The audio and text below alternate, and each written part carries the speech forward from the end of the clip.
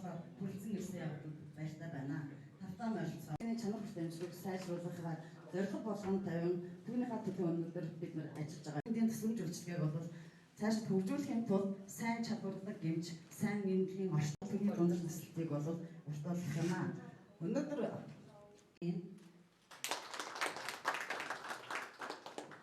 улс төрийн зөвлөлийн тэгээд болсон байна. За энэ имлэг маань өөрөө бас үс таслын тасагтай цусны төв.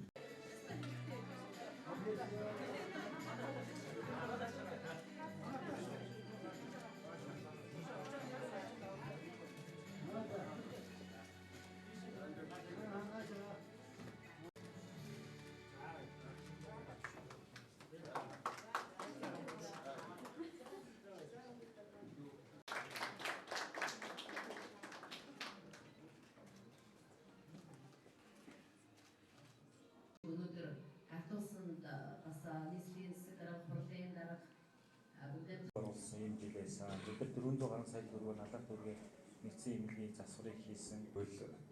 Нийслэлийн иргэд орсон суугчдыг эрүүл, саруул бас хэмжинартаа баярлаа. Бас ийм том байшин барьж өгсөн хэмжинартай баярлаа.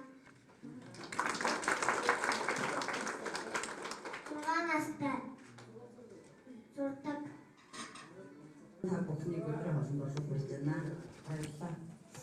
Тэгэхээр бид нар 2017-18 онд бол Монгол улсын нийслэлд байгаа бүх 3 дахь шатлалын эмнэлэг болон дүүргүүдийн эмнэлгүүд, төрхүүдийн гадна талын тохиолдлыг хийсэн байна. Энэ дээр бол өвчтөн үйлчлүүлэгчд очоод машина тавиад мөн өвчтөн үйлчлэл гарч ирээд одоо ажлаа тогтоох тэр бүх нөхцөлийг хүчилсэн гадна тохиолдлыг хийсэн байна. За 2018 оны хувьд бидний тавьж байгаа зорилт бол дүүргүүдийн нэгдсэн эмнэлэг, за өрхийн 152 өрхийн эмнэлэгтэй бол бид нар тоног төхөөрөмжөөр хангах ажлыг бол иргэдийн төрөлхтөн төсөв батлуулаад тавьсан байна. Инх тайван наримлын сангийн шугамар хүүхдийн 50 ортой эмнэлгийг барьсан. За энэ жил 280 сая төгрөгөөр бол эрдэнэтгийн аппарат манай налах төргийн иргэд бол эрдэнэтгийн зургийн авралт Улаанбаатар хот руу явж байгаа. Энэ эрдэнэтгийн аппаратыг шинээр тавьж өгье гэж байгаа. За мөн бусад тоног төхөөрөмж, мэслийн тоног төхөөрөмжөөр шинжилгээ, энэ дээр мэслийг боломжоор бүрдүүлье гэсэн ийм ажил ярьж байгаа. Мөн ТК-гийн шугамар налах төргийн нэг хороонд бол орчин үеийн өрхийн эмнэлгийн зохицлоо барьсан байна. Өнөх одоо туршлагаас ер нь нөхцөл байдлыг харахад хүүхдийн өвчлөл удирдлагын чанартай байгаад байгаа. Өвлийн удирдлын утааны үед бол ханиад маш байгаа учраас энд бол энэ эмнэлэг их хвчлэн бас ханиад амслын зөв өвчин гэдгийг одоо уртлагын аппарат гэх мэтчлийн юмнуудаас нэлээд авч гисэн. Хоёрдугаар төрөлд энэ дүүрэг төрсөн нэмэгдэж байгаа. Сүүлийн үед нэраа бол бас харшлын шинжилгээ өвчлөл нэлээд өндөр байна. Хоёрдугаар шар бас нэраа үед бас буухгүй байгаа учраас энэ шарлалтыг бас багасгадаг фото аппарат шатлаад байсан нэлээд агуу авч гисэн.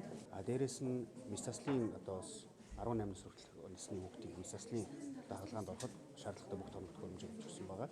За тэгээд 50 орын одоо бүрэн гэж хүртэлээр нь дээрээс нь эмнэлгийн ажилчдыг бас одоо 5 дахь ажиллах үйлдвэрлэлээс палат руу явж эм тараах зориулттай нэраа хүүхдийг бас палат хооронд зөөхтөн зориулттай ийм одоо яг зориултын хамгийн томрох хэмжээ нэлээд хангалттай доор авч гисэн. Тэгээ энэ эмнэлгийн одоо бид нар бас энэ эмнэлгийн үйл ажиллагааг чигдрүүлэх за тэгээд цаг хугацаанд нь ашиглалтанд оруулахад нэлээд анхаарч ажилласан.